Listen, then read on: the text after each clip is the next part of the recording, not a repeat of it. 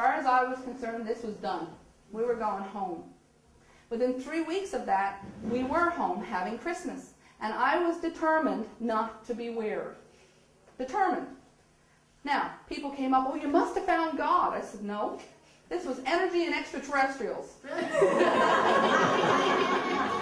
I could not understand where God would fit in this equation because I was an atheist. And the God I knew was full of wrath and shame. So people were constantly saying this. One woman, when we were in the hospital, came in and said, can I pray for your son? And at first off, I thought, why don't you just do it? Why do you have to ask me? But then I said, no, I don't want your prayers. Because, see, energy and extraterrestrial, I don't want your prayers. And she said, oh, okay. And she walked away really kind of perplexed. And I said, wait a minute, I've changed my mind. And as she came back excited, I said, yeah, you can talk to your God for me. You tell your God he can't have my boy. You tell your God that. And she went, okay. So you see where I was coming from. The woman went off, and we went home, of course. Now I'm determined not to be weird. I didn't want to talk about any of this. I put my kid in daycare, and I got on with my great life of welfare and Prozac. I didn't need any God, you know. So 6 months passed, and I'm driven. I have a beat-up old car that's really not worth much because I lost the first one. And I'm driven to go to Ontario. So I put my kids in the back seat of this old bucket of bolts, and I drive to Ontario. And as I'm coming out of Rivière-du-Loup, and I'm coming up over the mountains, the sun's coming up, it's beautiful. I hear in my ear, hello, dear one. My heart swelled out of my body. I felt such incredible bliss and joy, I thought I was going to just fall off the road. And as all this was going on, I pulled myself over into the other lane, tranced out. And coming right for me is a big old transfer truck. So I pull back into this lane, I go, oh my God. And the voice says, it's too dangerous to be here right now. Don't go, is all I could say. Do not leave me. The bliss I felt was so wonderful. It was the only time in my life I'd ever felt bliss. And the being says to me, we will come again. We have much to share with you. We have so much to tell you about you, your people, your world. We will come again. And I'm bawling by now because as this source being is pulling out of my car, that blissful feeling turns into the same opposite. It's the saddest moment I've ever had, and I'm crying and begging, don't leave me, don't go. And I'm crying, and my kids are in the back seat, and this being is pulling away saying, we love you. And as he's pulling away, he says, we will come again. So I call out and I say, what's your name? And he says, my name is Aramis, and we will come again. And it's like pip, it's gone. It was like two balls of wet plasticine being pushed together, and as they pulled apart, they'd come to that break point, and they go, and they break. That's what it felt like. So I pulled to the side of the road, and I cried like a baby. And my kids got up and said, what's wrong, Mommy? And I said, Mommy's having a moment. I'm wide awake, and something's going on. So I get my hiney up to Ontario, and I pick up 3 books. One's called Saved by the Light by Danny and Brinkley, a man who died. Lightning went through his head and out through his foot. 27 minutes in the morgue. The second book was called Talking to Heaven by James Van Praagh. And the third book was a book by Edgar Cayce, who was some sort of prophet. And I'm reading these books, devouring them, going, I've had a near-death experience. That's what's happened to me. Now, as weird as that was, I had no other choice but to acknowledge something was happening. So I go back to Nova Scotia, and the same urge to go to Ontario comes to me to get off of Prozac. You cannot stay on Prozac. You must get off this medicine. So I do a cold turkey thing, and I'm like, oh man, I've got to get off this medicine. And for a solid year, I start to vibrate. My flesh is vibrating, and I can feel my dendrites firing and the electricity running through my body. I don't need my glasses anymore. All my hair falls out, and it grows back like this. It used to be brown and straight. My eye color changed. But the big thing was, everything in my life was amped up. I could hear things and smell things nobody else seemed to be experiencing. And I'm like, what's wrong with me? Buzzing. So I go to the doctors, and I go to psychiatrists, and I go to the rabbis, and I go to the priests. Help me, help me, help me, help me. And everybody's like, we don't know what to help. We don't know what to do to help you. You're the expert. The only person who had ever been underwater a long time like me was 8.5 minutes, and he has brain damage. So So I was then the official expert because I was alive and had my faculties. So nobody knew what was going on. Anyway, my mother begs me to go to a conference in Montreal. And off I go to Montreal. And I start the same thing. Can you help me? Does somebody know what's going on? Can you help me? Can you help me? And I speak to everybody. I met Raymond Moody. And I told him my story. And I said, well, here's a project. And Raymond Moody goes, I'm retiring. Now I said, here's a project because for all that period of time I'm vibrating. Every time I get in my bathtub, these beings show up and tell me stuff.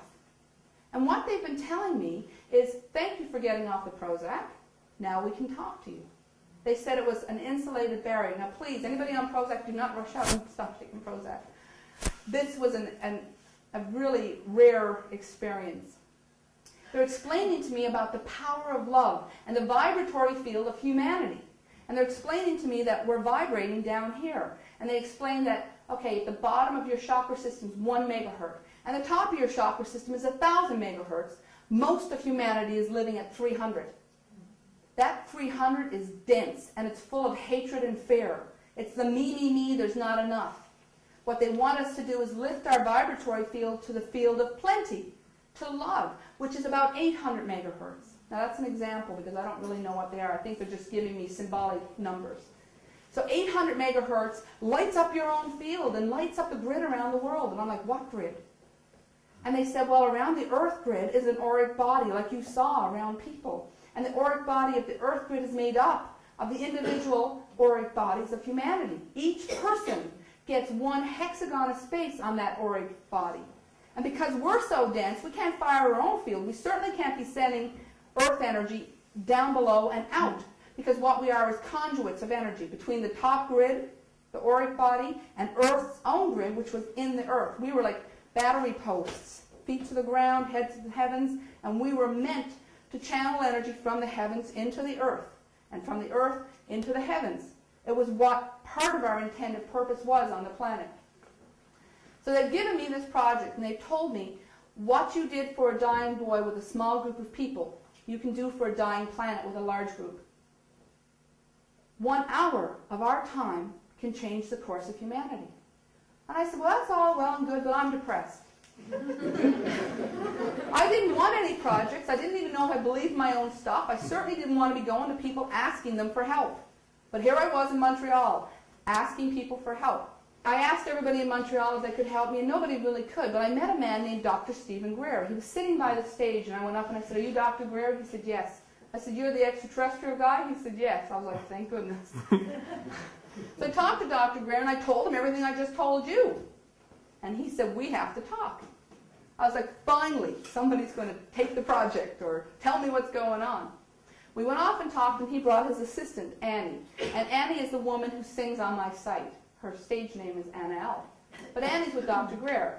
And I'm telling Dr. Greer all the stuff I'm telling you, and I'm saying, look, I got a project, you're going to have to do it, here you go. And he said, I'm a busy man. I don't want your project. I said, but I'm depressed. I don't want to do it. So Annie says to me, we have to talk.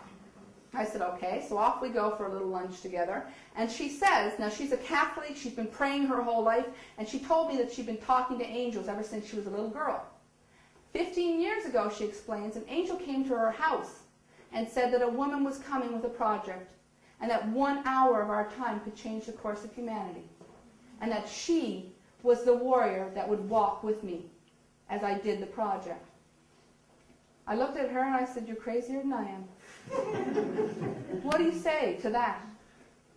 She said, well, we're going to do the project. I said, no, we're not. I got in my car and went back to Nova Scotia. She called me every day. We're doing the project. I said, no. She called me. No. Finally, I said to my kids, if that crazy woman calls again, hang up. But she does get me on the phone this day, and she says, I got a bone to pick with you. I'm angry. And I said, what's wrong with you? And she said, every day you play with your son. Every day you have your boy. Every day you have that little beautiful face to love and kiss. These beings gave you the instructions, you followed them, and your boy's with you. You owe them a debt of gratitude. You owe them to follow the instructions. Well, I responded well to guilt. I said, fine, I'll do it. But I only have the date and the time, and I don't know anything else. And she said, it'll come. She sends me a CD called Spiritual Beings on a Human Journey. And because I hear in the bathtub, I put myself in the bathtub and I put the CD on in the bathroom. And I said, if you got something to say, let's hear it. Because they had told me we were spiritual beings on a human journey. So I thought this was a sign. I put the CD on, I'm sitting in the bathtub, and lo and behold, embedded in the tonal resonance, because they only speak in tones. Vibratory tones is all the other worlds use. Embedded in the vibratory tones of this man's music were the instructions for Fire the Grid. What it looked like, how to do it, how to put it on the website, what colors to use. I was blown away. It talked about the 3 stones. If you open my website, there's 3 stones with a cap, kind of Stonehenge looking. They said these stones, and they gave me the exact dimensions, how to build them, how to put them on the site. They said that these stones were an awakening code for the soul. And even human beings who weren't necessarily spiritual were going to feel a draw, saying, there's some truth in this. I don't know why I feel that, but there's some truth in this. And they said that was because the stones held a wake-up code. And when you saw them, you went, ooh, something's going on here. So I called Annie up and I said, okay, I got all the instructions, but they want me to build a website, and I don't know anything about websites. She said, that's okay. My husband says he's going to do everything for you. Build the site, put it all together. And I said, well, we have a problem, because everything has to be done for free. Everything has to be done for free. They said to me, Jesus Christ brought his message of hope and love to the world for free, and so will you. So our auric field's attached to the grid field, and we get a hexagon. And they said, every human gets a hexagon. Even the richest man can't buy 2. You get 1. And it's almost a binary system. It's on or it's off. And what we're looking to do is raise our field. And when we raise our field and fire our own grid, that hexagon will light up. And when it's lit up, it's on. And those that haven't lit up their field, the faith of one person firing their hexagon will radiate out 1,000. So it's going to boost anybody who's in that field and give them a little boost. And what they said was, this was the first time humanity was given a conscious choice to direct which way they went. So what we're actually having when we fire the grid and raise our fields is a vote. I vote for a field energy of 800. So it's of everybody's benefit to try to find a way to raise their field. So what I always say is, offer fissures of possibility and plant seeds.